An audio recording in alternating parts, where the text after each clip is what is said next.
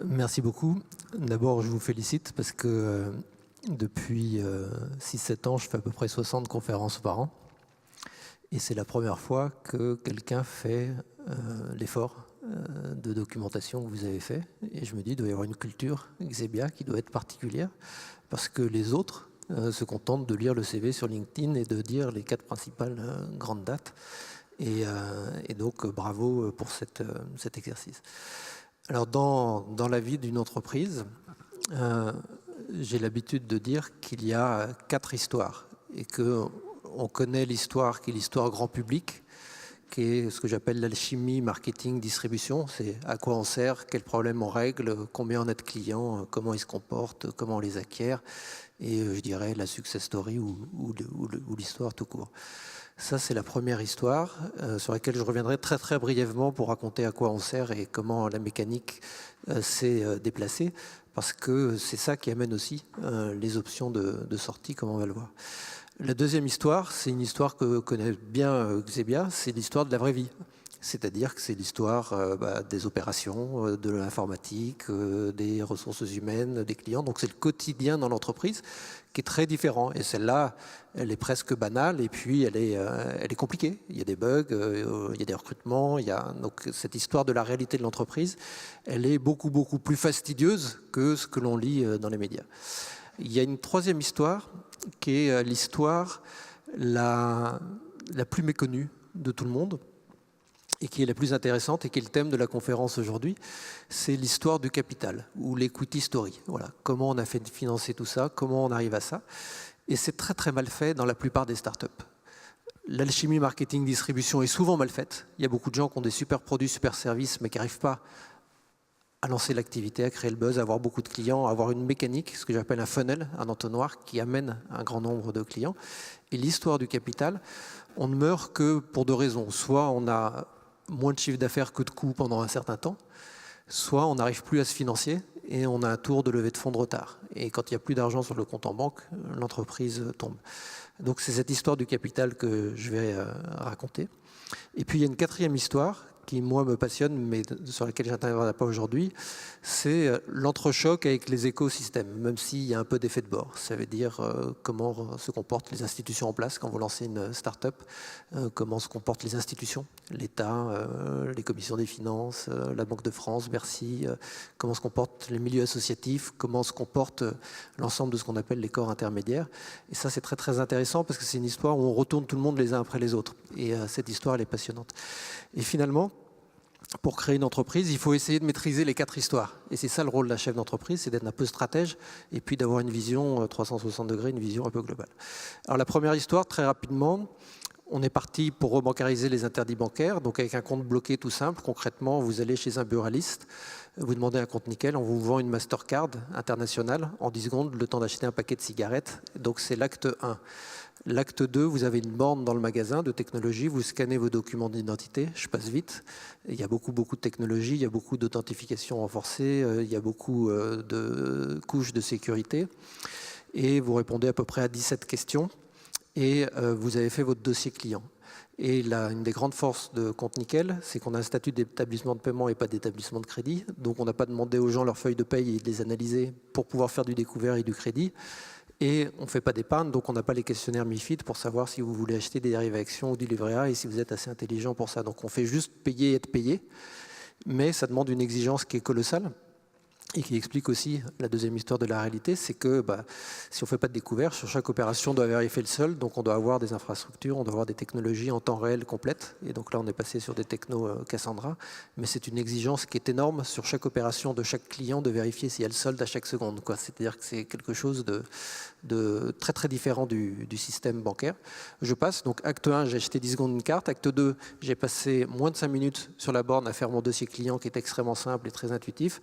Acte 3, j'active sur le terminal de paiement électronique du buraliste mon compte et j'ai mon relevé d'identité bancaire. Ma carte est activée, je reçois le code PIN tout de suite. Je peux faire un premier dépôt sur le compte et je peux dépenser l'argent que j'ai mis sur le compte tout de suite. Et ensuite, j'alimente mon compte avec mon RIB que je donne à mon employeur, à ma belle-mère, aux caisses d'allocation familiale, à qui on veut.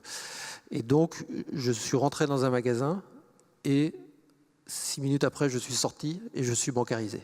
Et donc ça, c'est quelque chose d'unique au monde qui n'existe pas ailleurs, où tout est dans le détail. Alors peut-être que j'y reviendrai dans des questions-réponses. C'est très très différent du compte Sésame, par exemple, qui n'a pas du tout le même succès. Donc concrètement, aujourd'hui, Compte Nickel, c'est 300 collaborateurs, c'est plus 10 personnes par mois, dont 50 à l'informatique. C'est un client toutes les 15 secondes, un client nouveau. Donc on a 1 100 000 clients. Donc on a 10% de part de marché sur les ouvertures de comptes en France aujourd'hui. Et ça, c'est une enquête Banque de France qui le dit sur 2017.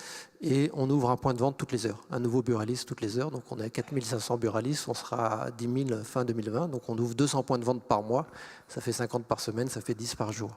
Donc si vous voulez retenir des chiffres, 1 100 000 clients, 300 collaborateurs, un nouveau client toutes les 15 secondes et un nouveau point de vente toutes les heures. C'est ça Compte Nickel. Donc je passe cette première histoire sur le pourquoi, le comment, les catégories sociétales, mais ça touche effectivement l'ensemble de la population, pour des tas de bonnes raisons. Ce qui nous intéresse aujourd'hui, c'est la troisième histoire, c'est l'histoire du capital. Donc, au début, on était... Alors, souvent, on dit Riyad et Hugues, parce que c'était nous qui dirigeons l'entreprise et que c'est comme ça que ça a été médiatisé, mais on était 10 fondateurs. Et c'est très important d'être une équipe. Et à 10 fondateurs, on avait 3 millions, ce qui est pas mal. On avait tous entre 40 et 50 ans et on avait tous une carrière convenable derrière nous et un petit peu d'épargne et on croyait à fond au projet. Et avec ça, on a démarré en février 2011. J'avais démissionné en octobre 2010. Et avec ça, on a mis 3 ans à avoir le lancement commercial qui a démarré en février 2014. Et on a mis 2 ans à avoir l'agrément de la Banque de France. C'est un dossier qui faisait 1500 pages au début et qui faisait 4500 pages à la fin, où effectivement, il faut décrire dans les détails l'ensemble des processus, donner l'ensemble des contrats avec les SLA, avec Mastercard, avec Gemalto, avec la banque chef de file, CEPA, etc. Il faut avoir décrit l'ensemble des fiches de poste, il faut avoir décrit l'entreprise, son modèle opérationnel, etc.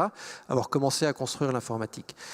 Et au bout d'1 an et demi d'aller et retour, on n'avait plus d'aller et retour avec la Banque de France et il n'y avait plus de questions, donc le dossier était complet, on avait répondu à toutes les questions, ils étaient confiants sur la sécurité, sur la lutte contre la fraude, le blanchiment, tous les sujets qui sont très très importants dans l'industrie bancaire. Et nous, on pensait, avec ce dossier complet d'établissement de paiement, passer au collège de l'autorité de contrôle prudentiel et de résolution, c'est-à-dire la Banque de France, et avoir notre agrément, notre tampon, notre code banque, qui permet après de se plugger sur le système européen des paiements, de tester les cartes, de tester l'informatique, de faire les premiers clients, d'avoir les... Et là, c'était une très très mauvaise nouvelle qui commence à répondre à la question que vous avez posée, qui est que la Banque de France nous a dit non, je ne vous passe pas au collège, vous trouvez 6 millions de capital en plus pour financer l'activité du premier exercice, et quand vous avez les 6 millions, je vous passe au collège et vous avez le tampon. Et là, on s'est trouvé dans une situation qui était très très compliquée, parce qu'on se disait, si on a le tampon, c'est un milestone, c'est un succès, et on peut lever les millions. J'avais évidemment commencé à discuter avec les investisseurs, mais sans le tampon, ça donne un sentiment d'échec à tout le monde. Et là, on a vécu une année infernale pour trouver des fonds. Et ça a été très très compliqué. Et on a réussi à faire passer, au bout d'1 an, l'idée à la Banque de France que si on avait 3 millions de plus et qu'on avait des lettres d'intention subjecto l'agrément, pour 3 millions supplémentaires, on pouvait quand même passer au collège. Et donc ils ont fini par accepter. Mais pendant cette année où j'ai cherché les fonds, eh bien, tous les contrats se délitaient. J'avais dit à tout le monde, on passe au collège et puis on va démarrer dans 2 mois. Et puis finalement, ça ne se passait pas. Donc, on passait pour des branques chez Mastercard, chez tout le monde, et puis tous les prestataires informatiques. Et puis, voilà. Et puis quand on a recruté une douzaine de personnes, il faut les payer tous les mois, mais juste, il n'y a pas de chiffre d'affaires, il n'y a pas de revenus. Et on est en train de courir après l'argent. Et donc, Compte Nickel, c'est 140 actionnaires, que des personnes physiques. Et ce qui est très intéressant, c'est que j'ai vu tous les fonds d'investissement de la place. Tous. J'ai vu toutes les banques. J'ai proposé à toutes les banques de prendre 15% dans le capital. J'ai vu tous les telcos. J'ai vu tous les grands distributeurs qui s'intéressaient à ce secteur. Et donc, c'était que des refus. Mais dans la vie, les refus, c'est pas grave. C'est-à-dire qu'il faut raisonner à la chinoise. C'est-à-dire que c'est des gens qu'on a rencontrés à un moment, donc on se connaît. Et on va se recroiser à un autre moment. Et c'est ça qui se passe. Donc il faut toujours considérer que tout est dynamique et que rien n'est figé. Un refus, c'est juste une étape et qui sera peut-être un oui futur. Et donc on a réussi, avec au départ une 60aine de business angels, à financer les 6 millions supplémentaires et à lancer l'activité. Et là, dès le démarrage, ça a été très très vite. Mais au total, on a dû lever 39 millions. Et donc en 7 tranches. Et pendant l'année 2014 et l'année 2015, on a perdu 500 000 euros par mois. Mais on avait chaque fois 2-3 millions devant. Donc c'est une mécanique permanente. tant que je n'ai pas un chiffre d'affaires qui est supérieur au coût, mais il y a ce stress de dire est-ce que je vais vivre ou est-ce que je ne vais pas vivre, et donc toujours avoir un temps d'avance dans les investisseurs. Et chaque fois que j'ai levé des fonds, je repartais directement lever des fonds. J'ai dit oui à toutes les sollicitations de tous les investisseurs, de toutes les tech conférences, de tous les sommets partout, toutes les réunions thématiques sur les fintech, sur la French Tech, sur tous ces sujets-là, pour rencontrer un maximum d'investisseurs et toujours avoir un coup d'avance. Parce qu'il y a quelque chose qui est très complexe, la vie est toujours complexe, et ce qui la résume le mieux, c'est pas le bras de fer, c'est pas la lutte, mais c'est l'entente cordiale, c'est-à-dire que c'est la discussion musclée avec un rapport de force. Et il y a un sujet qui est très très intéressant dans ce troisième chapitre, qui est la relation avec les actionnaires et les investisseurs, c'est que quand vous avez tout mis au début, vous ne pouvez plus remettre puisque vous avez tout mis au début. Les gens qui rentrent dedans, une fois qu'ils sont rentrés, ce qui les intéresse, c'est si l'entreprise est performante et se développe bien, c'est d'essayer de prendre la plus grande part du gâteau pour le moins d'argent possible. C'est-à-dire que chaque fois que vous faites une augmentation de capital, vous avez des vrais débats avec les investisseurs qui sont déjà chez vous, et notamment les membres du comité de surveillance, sur le prix de l'augmentation de capital. Et s'il y a le moindre bug, le moindre retard par rapport au business plan, ils ont tendance à vous dire bon, on fait moins 20% par rapport à la dernière fois. Et vous, votre intérêt, c'est de trouver le maximum d'argent pour le minimum de dilution. Donc c'est un intérêt qui est presque inverse. Donc il faut toujours qu'il y ait des gens nouveaux, il faut toujours organiser le marché du titre de sa société. Et ça, c'est très très important. Et nous, on a eu beaucoup de chance parce qu'on a pu chaque fois avoir des nouveaux investisseurs. Et vis-à-vis des commissaires aux comptes, c'est très très important aussi d'avoir des nouveaux investisseurs parce que ça rend implacable le prix de l'augmentation de capital. Sinon, elle est très très difficile à justifier et c'est des réserves des commissaires aux comptes. Donc je passe les détails.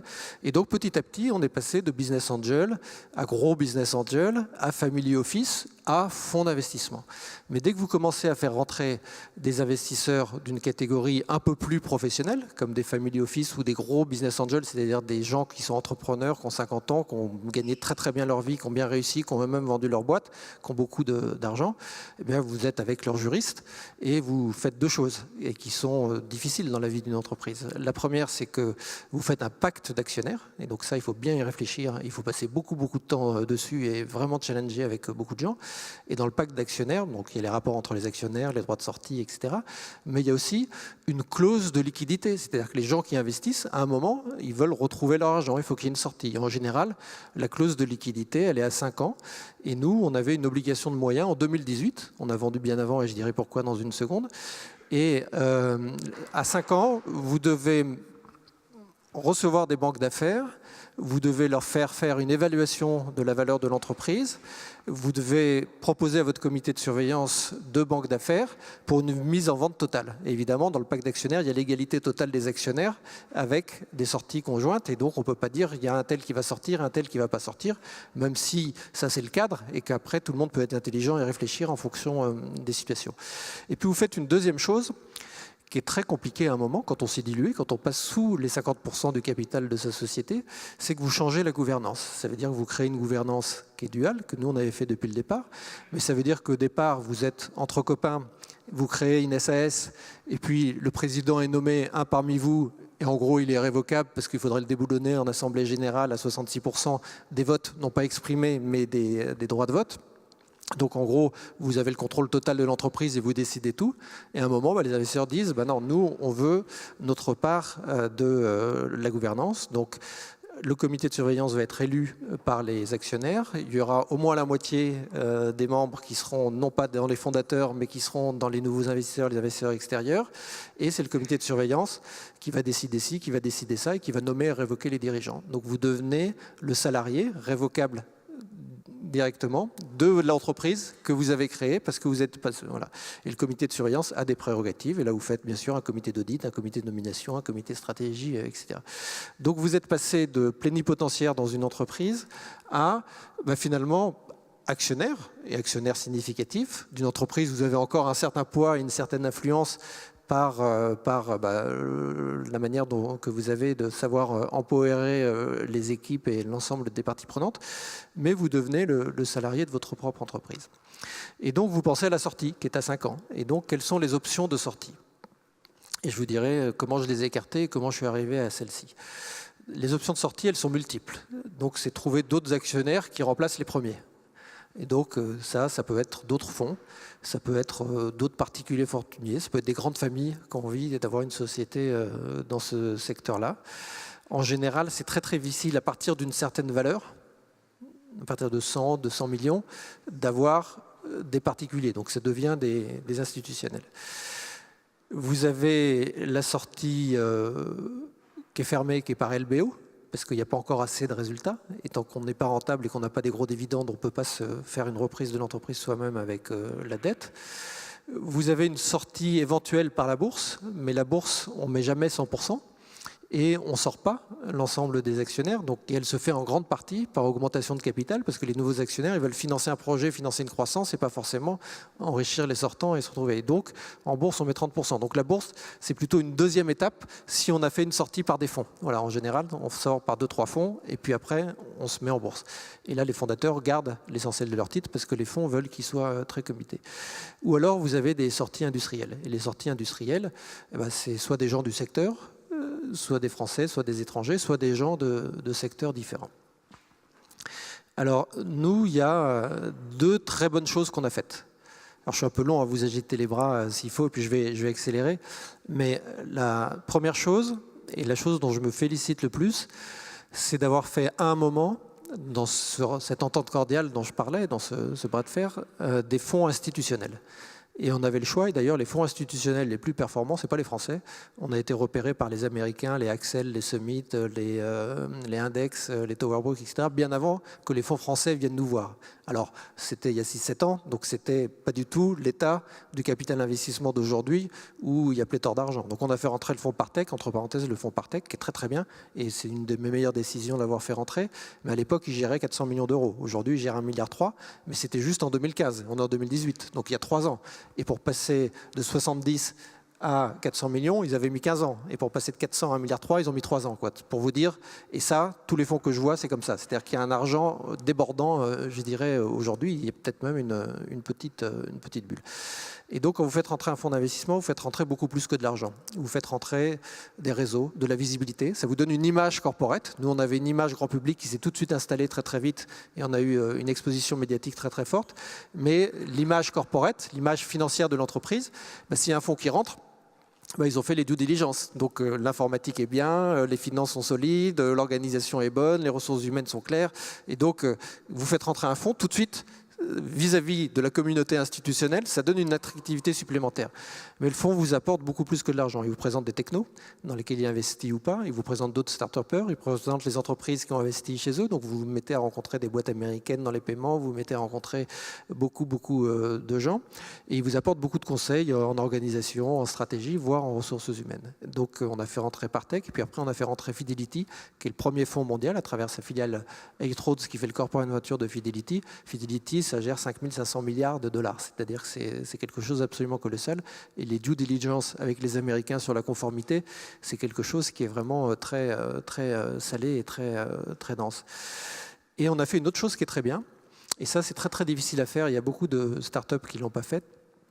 C'est qu'on a décidé que les idéalistes qui créent la boîte et qui vont jusqu'au bout et qui la lancent, qui sont capables de la gérer jusqu'à 50, 100 collaborateurs, ce n'est pas l'équipe qu'il faut pour gérer une boîte de 300 personnes qui devient une vraie banque. Et donc, on a décidé de faire un plan d'option de BSPCE sur 8% du capital et de recruter les meilleurs du marché. Donc, j'ai recruté un directeur général qui était un banquier de 47 ans, centralien, qui avait été patron de banque, de la banque privée européenne, et puis patron de l'ensemble des assurances chez Arkea, très solide. Il avait été aussi patron de l'informatique et patron de l'organisation avant. Donc voilà, on a pris un chasseur de tête, on a pris un directeur financier très très solide, qui avait 15 ans d'expérience, qui avait été secrétaire général dans une société cotée. On a pris le directeur du service client d'SFR, on a pris la patronne de la conformité du Crédit Agricole de l'Ouest de la France, etc. Et donc on a fait une équipe à tous les niveaux, au service client, à l'IT, etc., de top niveau. Et on a changé complètement l'équipe, ce qui est très difficile parce que l'entreprise, elle avance comme ça. Vous avez une équipe que vous avez prise au début quand c'était une petite entreprise et l'équipe que vous recrutez, elle s'ennuie presque avec la taille d'entreprise que vous avez. Donc, elle est nettement supérieure en compétences pour gérer des problématiques complexes que l'état où vous êtes, mais c'est elle qui va emmener l'entreprise où elle doit aller. Et donc ça crée aussi de la créativité quand vous recrutez des top guns, quand vous recrutez des gens de très très haut niveau. Et donc nous, il s'est passé quelque chose que je n'avais pas prévu et que je n'avais pas anticipé. Et je réfléchissais à toutes les sorties. Et comme je vous le disais, j'ai revu plusieurs fois tous les telcos. Orange a failli rentrer dans notre capitale en 2015. J'ai discuté avec l'ensemble des grands distributeurs, avec beaucoup de sociétés américaines. Et puis, à un moment, j'ai dit, on a 500 000 clients. C'était en octobre 2016, donc c'était il y a 2 ans. On croît de 100% et on sera rentable dans 2 trimestres. Et donc, on a un modèle où il n'y a pas de gratuité. Et je passe ces détails parce que ce n'est pas le thème de la conférence aujourd'hui. Et je passe l'ensemble des détails de l'alchimie marketing distribution, mais c'est quelque chose de très très important sur lequel on pourra revenir une autre fois. Et donc, à partir de là, ça s'est cristallisé. C'est très très impressionnant. En même temps, il y avait le Brexit. Et donc, il y avait beaucoup de sociétés de paiement américaines comme T6, comme Square, comme beaucoup de grosses sociétés américaines qui valent 10-15 milliards de dollars aux États-Unis, qui se disaient, tiens, l'Europe, c'est pas homogène. Moi, je voyais l'Europe depuis Londres, et puis je tapissais l'ensemble du continent. Maintenant, il faut que j'ai une base Europe continentale et une base île. Et donc, qu'est-ce que je fais en Europe continentale? Et si je perds la licence européenne que j'ai avec le FSA en Angleterre, comment je vais exercer mes activités de paiement en Europe continentale? Donc, je vais chercher à racheter des entreprises de paiement qui ont déjà une licence pour gagner du temps et puis qui ont déjà une base d'activité. Donc, on s'est mis à discuter avec ces gens-là. Et puis, il y a, dans les premiers qui étaient venus me voir, je disais qu'il y avait les fonds américains, mais ceux qui étaient très très bons aussi, c'était les Espagnols. Santander, BBVA, et puis des banques anglaises aussi, comme Lloyds, ou des banques allemandes comme Commerz, qui étaient venus nous voir bien avant les banques françaises. Et là, on a eu une proposition d'une des principales banques européenne qui nous a dit, bon ben voilà, maintenant on vous a vu, on vous observe depuis 2 ans, vous avez de la croissance, vous avez du potentiel, on veut vous racheter d'ailleurs pour développer Nickel dans toute l'Amérique latine et dans le monde entier. Et ils ont prononcé un prix qui était une évaluation, qui est le prix que j'avais en tête pour dans 2 ans. À partir de là, qu'est-ce que vous faites? Vous regardez, vous en parlez avec votre comité de surveillance, donc avec vos actionnaires, vos fondateurs. Et là, il y a un gros problème, c'est que chacun autour de la table a multiplié par 10 ou plus l'investissement qu'il a fait depuis 2 ans, depuis 3 ans. Donc c'est quelque chose qui se contemple, c'est quelque chose qui se considère pour ces investisseurs dont le métier, c'est de prendre du risque.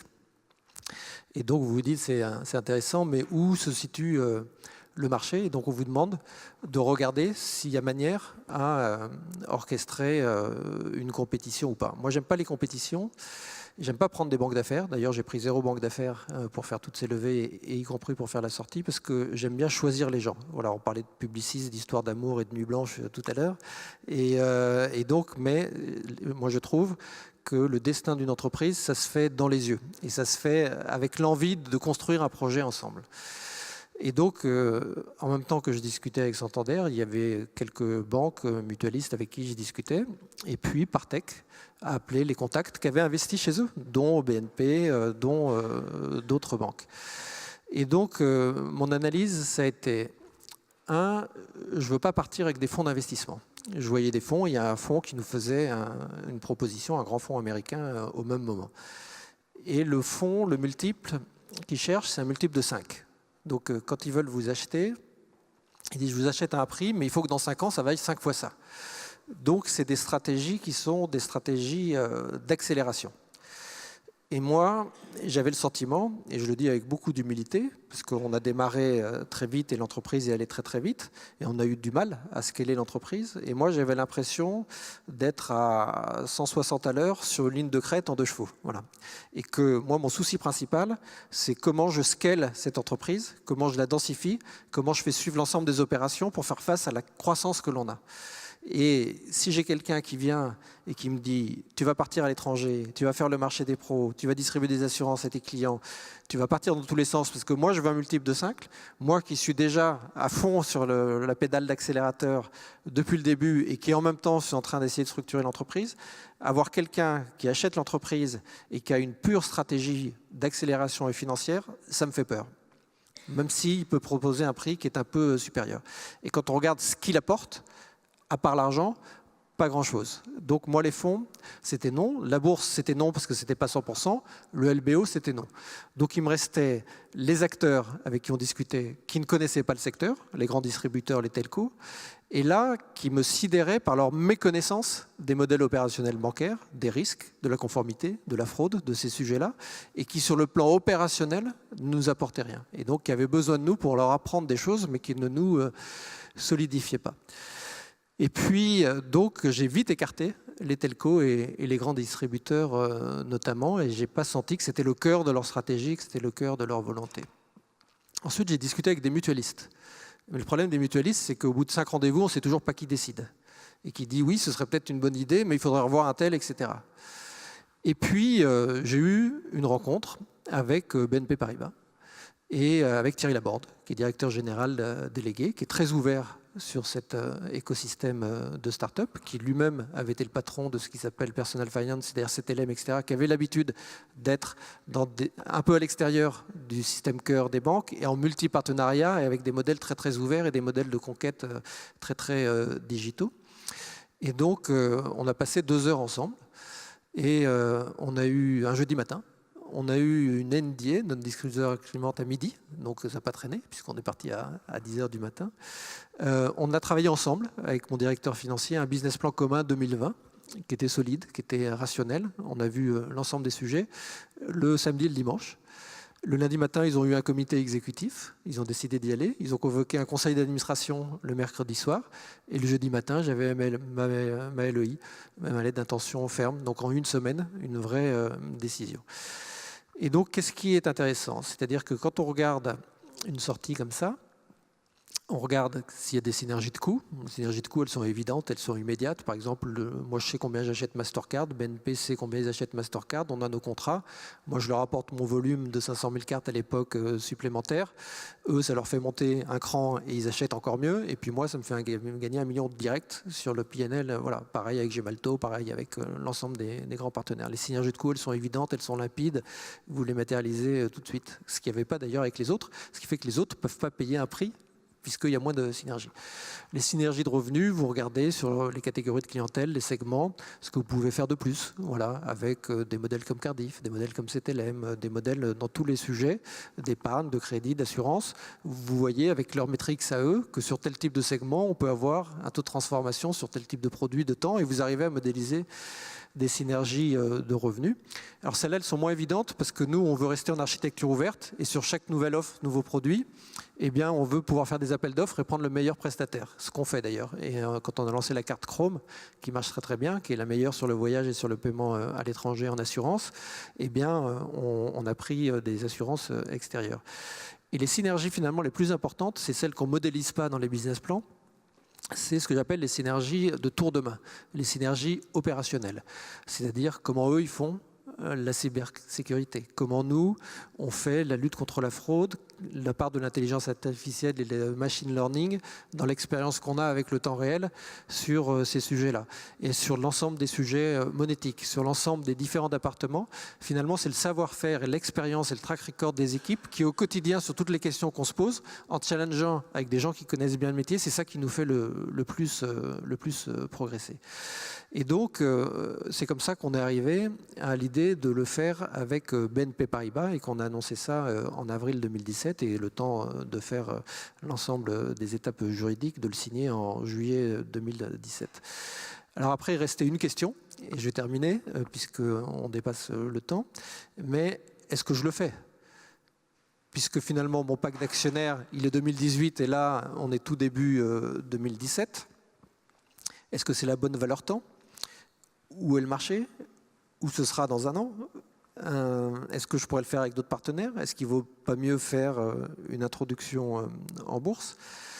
Et donc, vous challengez l'ensemble de tout ça. Donc, vous regardez le prix des fintechs aux États-Unis, voilà, qui commence à se déliter. Vous regardez l'évolution du monde, qui est pour le moins incertaine. Et on le voit en ce moment, et notamment avec le krach boursier du mois d'octobre, sur lesquels il y a beaucoup de sujets géopolitiques et géostratégiques sous-jacents. Et donc, on regarde l'ensemble des paramètres et on se dit, eh bien, c'est le moment ou c'est pas le moment. Et on décide, j'ai envie de le faire, on décide, j'ai pas envie de le faire. Et ça, c'est pas rationnel. Ça, c'est au fond de vous. Et pour reprendre ce que disait Maurice tout à l'heure, c'est un peu comme une histoire d'amour. Au fond de vous, à un moment, vous dites j'y vais ou j'y vais pas. À un moment, vous dites voilà, je la demande en mariage ou pas. Et, voilà. Et c'est ça qui se passe. C'est-à-dire que c'est quelque chose qui n'est pas rationnel. Vous dites c'est là. Vous dites aussi tiens, j'ai des offres des principales banques européennes. Est-ce que je les aurai dans 1 an ou dans 2 ans? Vous refaites le passé. Ça paraît très très vite 4 ans, mais quand on est dedans et quand on a suivi l'ensemble des frayeurs que l'on a suivis, ça a été très très long. Et tout d'un coup, vous vous dites, tiens, là ce que j'ai créé, eh ben, je le pérennise. Voilà, je sais que Nickel sera là dans 30 ans. On est d'accord sur le business plan, on est d'accord sur le plan de marche.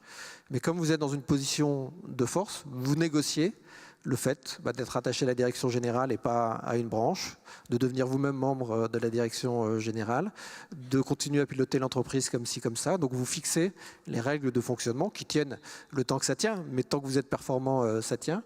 Et finalement, ça vous met dans une position de force.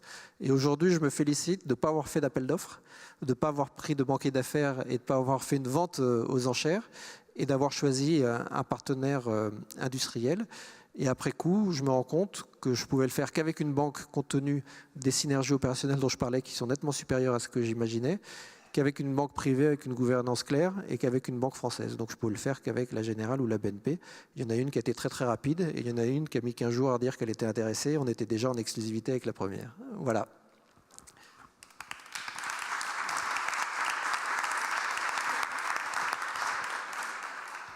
Merci beaucoup Hugues. Je vous propose de passer à 10 minutes de questions-réponses. Si certains d'entre vous ont des questions à poser à Hugues Lebret, c'est le moment au regard de ce récit vraiment passionnant. Ne soyez pas timides, on est entre nous. Vous avez un profil assez atypique parce que, de par votre expérience, vous étiez beaucoup mieux préparé à gérer tout ce que vous avez décrit dans la gestion du capital, gestion des investisseurs. Je pense qu'en plus, vous aviez un réseau qui vous permettait, au-delà même du fonds Partech, d'avoir des choses. Comment peuvent faire les autres fintech qui sont des gens plus jeunes, moins expérimentés? Est-ce que vous coachez, par exemple, certaines boîtes pour les aider justement dans ce parcours-là, qui est, quand on parle d'agrément officiel, quand on parle de gestion de capital, avoir la capacité, comme vous l'avez fait pendant 2 ans avec des investisseurs particuliers, de faire vivre la boîte jusqu'à la pérennisation complète? Oui, alors je coach une douzaine de sociétés, dont 2 dans les fintech qui sont Preto et Firm Funding qui est toute jeune et qui se lance, et Preto qui a déjà été lancé il y a 2 ans et qui marche très très fort dans le prêt immobilier, qui disrupte meilleur taux. Et donc quand on n'a pas les compétences, il faut les chercher. Et le meilleur moyen, et ça c'est quelque chose que je recommande tout le temps, c'est de créer des gouvernances duales tout de suite, dès le départ, nous-mêmes quand on est associé, et d'avoir dans un comité de surveillance, qui au départ n'est pas obligé de tout décider, mais qui est juste là pour nous aider, avoir des gens qui ont cette courbe d'expérience et qui ont ces réseaux et qui ont ces relais. Donc ça, c'est le premier sujet, prendre 5, 6 personnes, 7, qu'on met dans un comité de surveillance, qui sont plus âgés, et qui ont des courbes d'expérience. Et moi, dans les entreprises dont je suis mentor ou dont je suis coach, ils me décoiffent. Par exemple, je suis dans une société comme i26, ils ont 25 ans, et donc ils cartonnent sur les influenceurs sur Instagram, avec une plateforme qui marche très bien et qui attire beaucoup de grandes marques. Je ne connais pas grand-chose à leur métier, ils me font découvrir des choses, ils ont des méthodes, ils ont des modes de pensée, c'est une génération qui est très très différente. Par contre, en organisation de la structure, en choix de tel logiciel, en ressources humaines, en financement, en gouvernance, en stratégie, là, ils ont besoin d'être vraiment appuyés et d'être vraiment aidés. Et l'intelligence, c'est qu'ils sont venus chercher eux-mêmes des gens comme moi. Donc, il ne faut pas hésiter à aller chercher des gens. Voilà. Alors, le problème de ça, c'est quand on fait une dizaine... Voilà, après, on n'a plus le temps. C'est-à-dire que ça prend un coup de fil d'une demi-heure par semaine chacune. Donc, ça fait une journée si on veut le faire bien et si on veut être très, très proche des entrepreneurs. Deuxième sujet, je disais, il y a trop d'argent. Et l'immense difficulté de tous les fonds, c'est de trouver les bons dossiers. Et donc, il ne faut absolument pas hésiter à passer du temps à faire ça. Et on retrouve un thème de gouvernance. C'est-à-dire, qui fait ça dans l'entreprise? Moi, effectivement, ça a été 50% de mon temps. Donc, et moi, je vois beaucoup d'entreprises, et d'ailleurs, je suis dans une start-up qui a des difficultés à se financer en ce moment, parce que le chef d'entreprise, il a fait que de s'occuper de ses opérations. Et que de s'occuper, j'ai à dire, plus de ses opérations que de sa distribution, et que les prévisions de ces financements. Ça s'anticipe, c'est-à-dire qu'une levée de fonds, c'est à peu près 9 mois. C'est-à-dire entre le premier rendez-vous, le deck qu'on présente, le fait que les gens veuillent vous revoir, que vous ayez envie, et jusqu'à ce qu'il y ait l'argent sur le compte.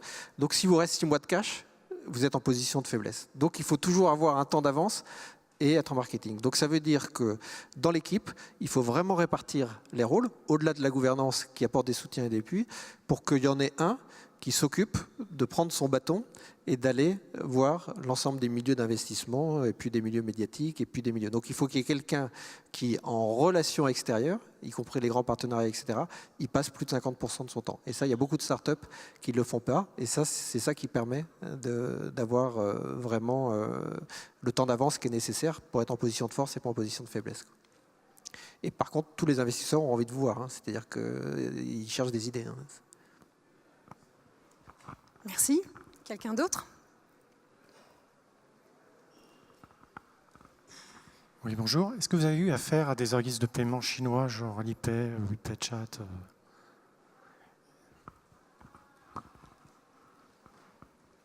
Non, j'ai beaucoup discuté avec KT Capital, donc, qui fait des investissements franco-chinois et qui cherche des entreprises françaises qui peuvent se développer en Chine et l'inverse. Mais je n'ai pas vu directement, mais nous, on était en phase très avancée, puisque nous, on a démarré en 2011, donc on est une vieille fintech. Nous, quand on s'est lancé, le mot fintech n'existait pas. On a découvert qu'on était une fintech 3 ans après.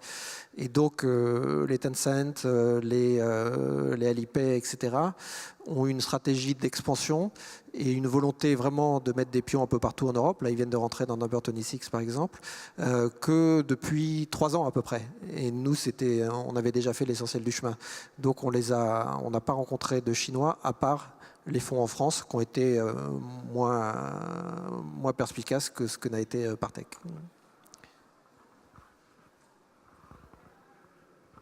Quelqu'un d'autre? On a nous-mêmes été rachetés et on a découvert la gestion de notre acquéreur et on a eu de la chance, ça s'est bien passé. Moi, je suis très curieux de savoir comment vous avez négocié votre indépendance ou pas vis-à-vis d'un groupe comme BNP que je connais aussi un petit peu et qui a une culture d'entreprise qui est très forte. Je pense que vous avez envie de garder beaucoup d'indépendance, beaucoup d'agilité. C'est des choses sur lesquelles ils essaient de se positionner, mais c'est compliqué pour eux. Ça a été simple de négocier. Vous avez vraiment là trouvé un modèle?